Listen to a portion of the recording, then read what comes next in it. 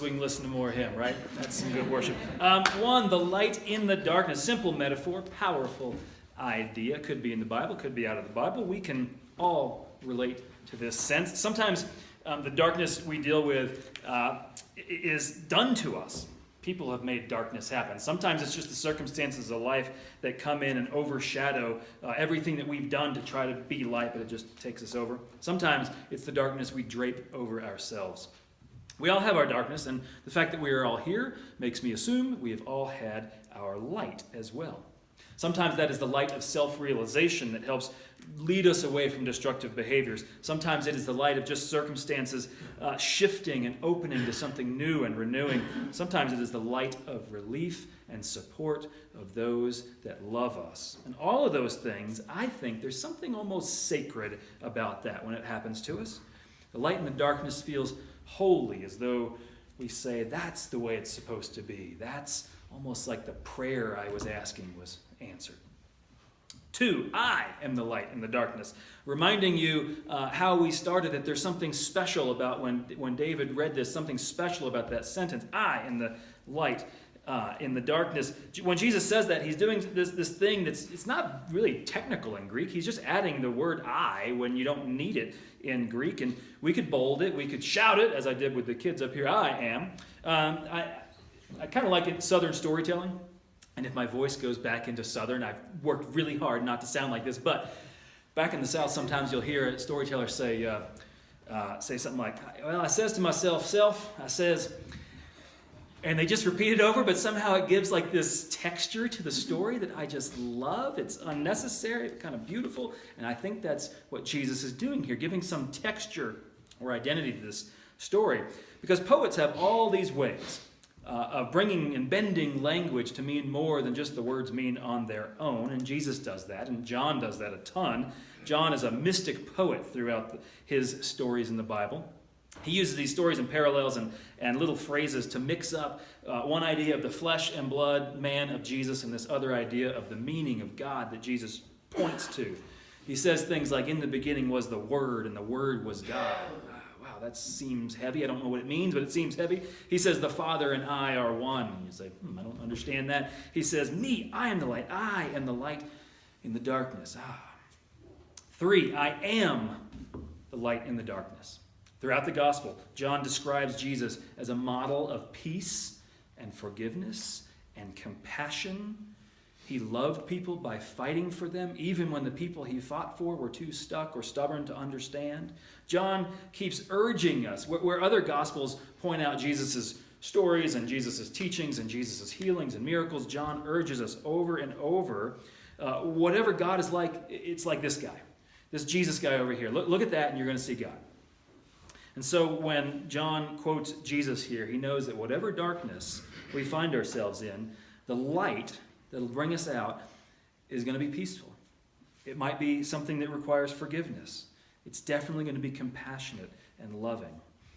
And the light that we are hoping to find, according to John, is the same light that is seeking us out.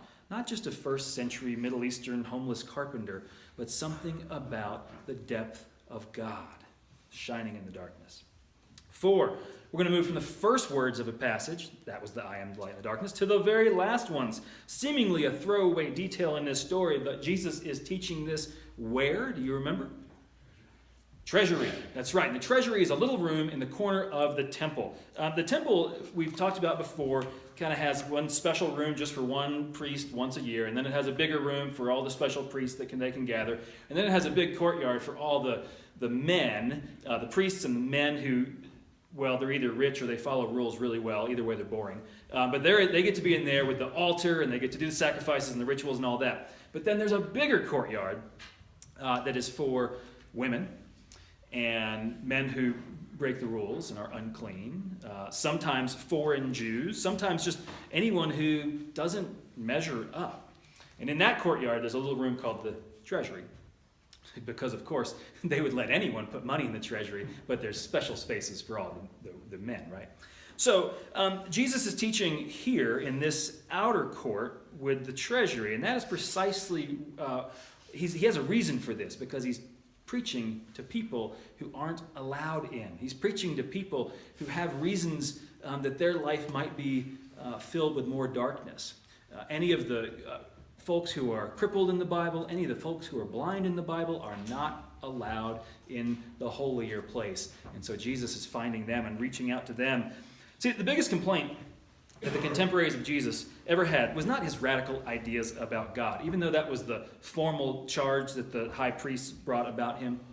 Regular people didn't complain about his political leanings for a new economy that prioritized the poor, or a new sense of law that gave actual equal human rights to marginalized and abused. They didn't complain about his new ethic that refused to give any credence to violence or power. Plenty of people today complain about that all the time, I'm afraid. But Jesus' own contemporaries, they said, tell me more about that. Tell me more about how to make a better world and better place, which is what got him crucified, because that scared the Romans. But regular people were fine with it. I suppose that happens today too, when anyone says loudly enough that we should do more to take care of the poor instead of just padding the pockets of the rich, that we should be have no room for racism or misogyny, even though some want to institutionalize that, and when we demand to take steps to reduce violence while others want to make access to tools of death easier and easier. Saying that stuff today would get you in trouble. And imagine being a brown Middle Easterner saying that stuff today. You would get crucified on Twitter. But those sorts of things did not get under people's skin in the first century. They thought, yeah, that sounds great. What freaked people out about Jesus is that he would teach in the treasury. He would teach in the courtyard with women. He would hang out and eat lunch with drunks. He would talk to prostitutes and give them his time. He would heal the sick, who were dirty, of course. He would stand up for the rights of women. That stuff it wasn't normal in that culture. It's not all that normal in this culture. So when Pilate offered to free either Barabbas or Jesus, polite society just couldn't handle any more of Jesus' behavior like that. Did he get the hint? No. Even on the cross, he was bringing light to those who needed it the most. He was bringing light to the centurion who was racked with shame for what the military made him do. He was bringing light to the criminals who were hanging on either side of him. He was bringing light even to the people who murdered him. Forgive them. They know not what they do. 5, I know plenty of people who are not in this room who can't quite wrap their minds around God, whether there is a God, what is a God. That's okay. They don't go in for God, but they can point to a Jesus like this, and they say, well, that I can enjoy that. I can respect that. I can follow that.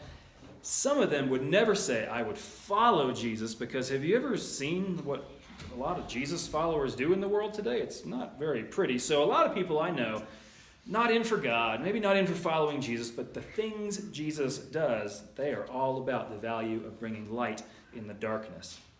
They demand health for the forgotten. They create empowerment for the outcast. They build hope in the world against chaos. They fight for justice for all those who are sacrificed at the altar of politics. And if they are doing those things out there, and if we are doing our thing in here, and if Jesus was doing his thing back then, I believe, in all of our own ways, that is light in the darkness. May it be so, and may we shine brightly.